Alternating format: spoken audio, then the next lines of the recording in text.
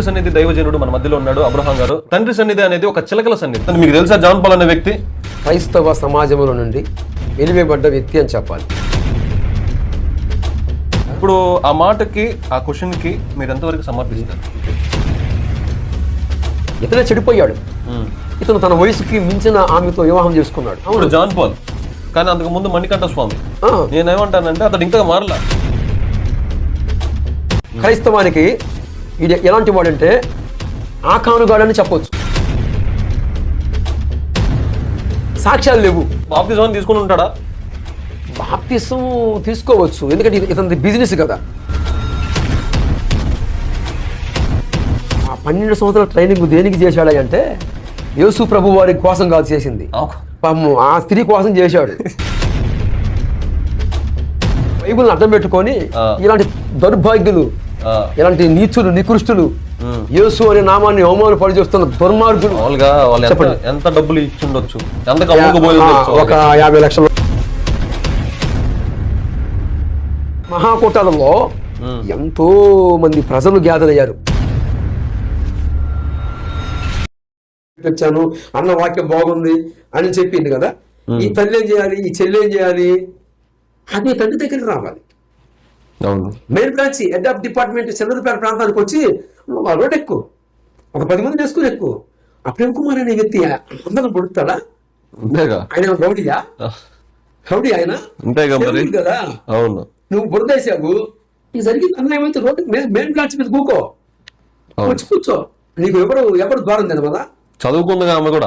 చదువుకున్నా అన్నావు, నీకు నీ తల్లి, మీ అమ్మగారు లేదు, వాళ్ళ అన్నలు లేరు, తోడబుట్టినోళ్ళు ఎవరు లేరు, కనీసం ఆ ఇంటి పక్క కూడా లేరు.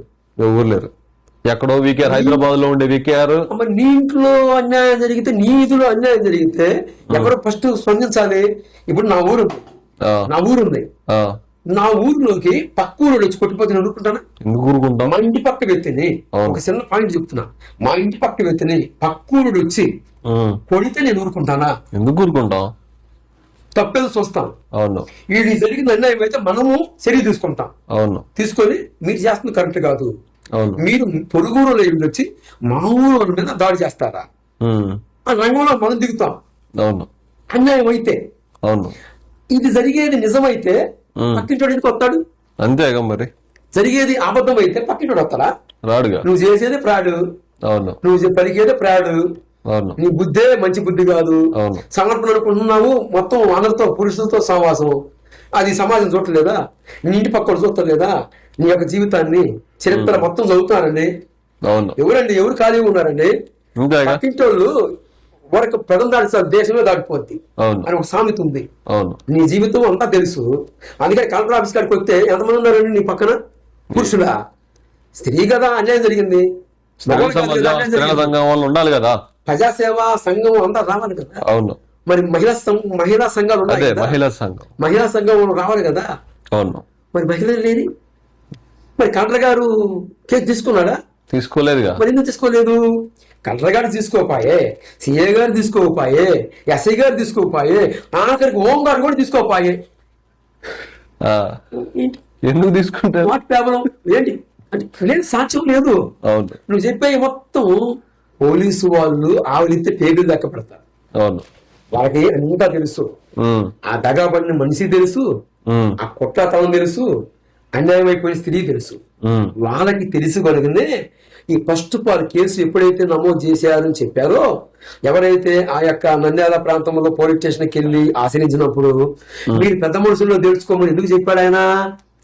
ఇది ఆధారాలు లేవు కనుక, ఇది అసంభవం కనుక.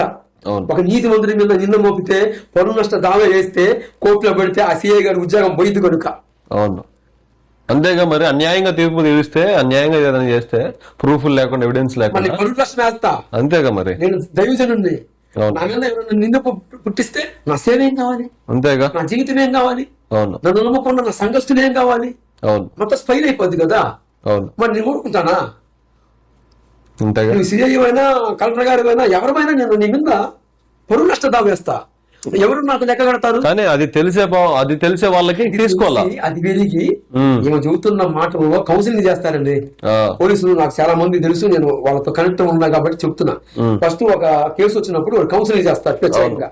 ఒక లేడీని తీసుకెళ్లి జరిగిందా వాస్తవిందని పంపించి చూసి ఆ లేడీ వచ్చి మళ్ళా జరిగినట్టే ఉందని చెప్పి ఆమె సాక్ష్యం ఇస్తే ఆమె చెప్పిన మాటల్లో ఎంతవరకు నిజమా కరెక్ట్ అని చూసుకొని 30 సార్లు అడుగుతారు అడిగిన ప్రశ్న. ఆ అడిగిన ప్రశ్న 30 సార్లు అడిగినప్పుడు అదే ప్రశ్న చెప్పాలి. తేప మార్పు వచ్చిందనుకో తేపకు రాస్తా ఉంటారు ఇలా రాసి రాసి రాసి రాసి దాన్ని దీన్ని బేర్ చేసుకొని వచ్చే దారిని మమ్మల్ని చెబుతారు. ఎందుకు? ఇది పోలీసు వాడు మైండ్. పోలీస్ స్టేషన్ దగ్గర అన్నా అన్నది ఒక పక్కన మేము కలిసేమంటుంది. అమ్మాయి ఎలా అదే కదా అంతమందికి కరెక్ట్. అంటే మతోన్మాదులు ఏం చెప్పి అది ఆడతారా? ఒకటి నేను విజయ్ కుమార్ వీడియోలో లైవ్ లో చూశాను. వాళ్ళ అమ్మను అడుగుతున్నాడు విజయ్ కుమార్, మహిమ కుమారి వాళ్ళ అమ్మను అడుగుతున్నాడు. నవ్వుతుంది, అది క్లిప్ ఉంది యూట్యూబ్ లో ఉంది. ఆమె నవ్వుతో సమాధానం ఇస్తుంది. ఏందమ్మా మరి మహిమ కుమార్ అమ్మ అని అడుగుతున్నాడు ఈ అడ్డల్లుడు. ఈ అడ్డల్లుడు అడుగుతున్నాడు వాళ్ళ అమ్మని, మహిమ కుమార్ అమ్మని. ఆమంటుంది మా అమ్మాయి మరి పెను కుమారుని మీరు ఎలాగా తీసుకొచ్చారు, ఎలాగా రాయించారు అని ఆ నవ్వుతో సమాధానం చెబుతుంది. దగాబడిని ఒక స్త్రీ తల్లి ఎలాగ దీనంగా ఉండాలి, ఎంత భయంకరంగా ఉండాలి, ఎంత ఆ కలశంతో ఇది దుఃఖం వెళ్ళబోయాలి కదా. దగాబడి ఎంత కూలిగా అంత సాఫ్ట్ గా అని నవ్వి సాక్ష్యం ఇస్తుంది. విజయ్ కుమార్ అన్నాడు అప్పటికి, ఏమన్నాడు, అమ్మా నువ్వేనమ్మా నవ్వుతా సాక్ష్యం ఇస్తున్నావు అని చెప్పాడు వాడు. ఈ అడ్రస్నోడు వీడు ఎక్స్పీరియన్స్ చేస్తున్నాడు ఆమెకి.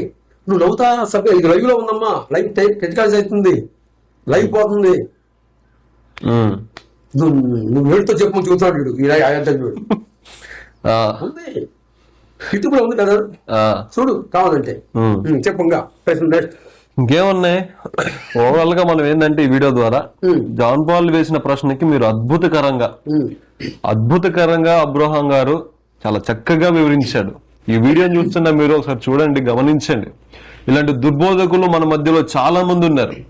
క్రైస్తవ్యం అనే దాన్ని అడ్డు పెట్టుకొని ఒక తోడేలు లాగా నీతిమంతులుగా నీతిగా పరిచర్య చేస్తూ దేవునికి మహిమకరంగా పరిచర్య చేస్తున్న దైవజనుల మీద బురద చల్లటం, ఇలా చల్లి వాళ్ళ క్యారెక్టర్ ని అలా చేసి యూట్యూబ్ లో సోషల్ మీడియాలో అప్లోడ్ చేసి ప్రజల్లో ఉన్న యొక్క తలంపుల్ని గందరగోళం చేయడానికి ఇలాంటి దుర్బోధకులు రెడీ అయి ఉన్నారు. లైక్ జాన్ పాల్ అయినా వీకేఆర్ అయినా అలాంటి వాళ్ళు. ఇదిగో ఈ వీడియో చూస్తున్నా. ఈ వీడియో ఎందుకు చేసామంటే ఒకటే కారణం. ఒకడేమో అందరినోడు, ఒకడేమో తీకాలేసి దేనికి పనంగా పెట్టాడు అంటే అది స్త్రీని పెళ్లి చేసుకోవడం అంటే పోయాడు. అంటే జర్నలిస్ట్ గారు నీకు చెబుతున్నా, ఇంకా సందేహం ఇస్తున్నా కాబట్టి చెబుతున్నాను. అదే ఇలాగా వాళ్ళ క్యారెక్టర్, వాళ్ళ యొక్క గత జీవిత చరిత్ర లేకపోతే వాళ్ళ బ్రతుకు అనేది నీతిగా లేదు అసలు మొదటిగా. అడ్డోడు కాబట్టి ఒకసారి చూడండి మా ఈ వీడియో చూస్తున్న మీ అందరికి ఒక గమనిక. ఇలాంటి దుర్బోధకుల్ని మీరే తరవాలి. వాళ్ళు ఎక్కడ కనపడితే అక్కడ తరవాలి వాళ్ళని. ఎందుకంటే సిలరుపేట ప్రాంతం వచ్చాడు అనుకో, జాన్పాల్ అనే వ్యక్తి, స్త్రీలు రంగప్రవేశం చేస్తున్నారు. ఏమి రంగప్రవేశం అంటే అన్ని రకాలుగా వాడికి ఎలాగా నలుగు పెట్టాలో. ఎందుకంటే వాడు ఏమన్నాడు, సిలకూరుపేట అని అన్నాడు. ఇప్పుడు సిలకూరుపేటలో ఉన్న సభ్య సమాజంలో ఉన్న ప్రతి స్త్రీలు, మా మహిళా సంఘం మీరు కూడా స్పందించాలి ఈ విషయంలో. ఎందుకంటే చిలకలూరుపేటలో ఉన్న స్త్రీలు కాదా, చిలకలా, వ్యభిచారులా. కాబట్టి అతడు నోటుకొచ్చే విధంగా ఎలా పడితే అలా మాట్లాడుతున్నారు. ఈ వీడియోని చూస్తున్న మీ అందరూ మీ అందరూ ఒకసారి చూడండి, సరిగ్గా చూడండి. వాడిని ఎలాగ దూషించాలో లేకపోతే వాడిని ఎలా బ్లేమ్ చేయాలో మా ఉద్దేశం కాదులే, కానీ అతడు అన్యాయంగా నీతిగా బ్రతికే వాళ్ళ మీద బురద జల్లటమే గురుపెట్టుకున్నాడు. మతోన్మాదుల చేత డబ్బులకి అమ్ముడుపోయి చివరికి క్రైస్తవం మీద బురద జల్లుతున్నాడు. మీకు వాస్తవం అర్థమైంది కదండి. ఈ వీడియో ద్వారా ఇంకా ఎన్నో వీడియోలు చేస్తాం. ఇగో మన మధ్యలోకి అబ్రహాం గారు లాంటి వాళ్ళు ఎంతో మంది నీతిగా గొప్పగా బ్రతికే వాళ్ళు, సత్యంగా బ్రతికే వాళ్ళు ఎంతో మంది ఉన్నారు. ఇప్పుడు నీకు వాస్తవం అర్థమైంది కదా? అర్థమైందండి. వాస్తవం మీరు చెప్పిన వాస్తవాలు, మీరు చెప్పిన నిజాలు మొత్తం ఈ వీడియో ద్వారా యూట్యూబ్ లో అందరికీ చేరతాయి. వాళ్ళందరూ స్పందిస్తారు తప్పకుండా.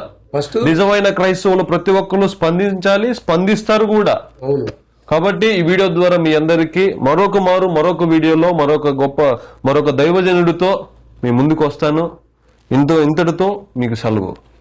అబ్రహాం గారు చాలా థ్యాంక్స్ అండి. Praise the Lord. చెప్పిన ప్రశ్నకి సమాధానం, చాలా అడిగిన ప్రతి ప్రశ్నకి చాలా చక్కగా మీరు ఆన్సర్ ఇచ్చారు. దాన్ని బట్టి మీకు వందనాలు. పుష్ప కట్జీ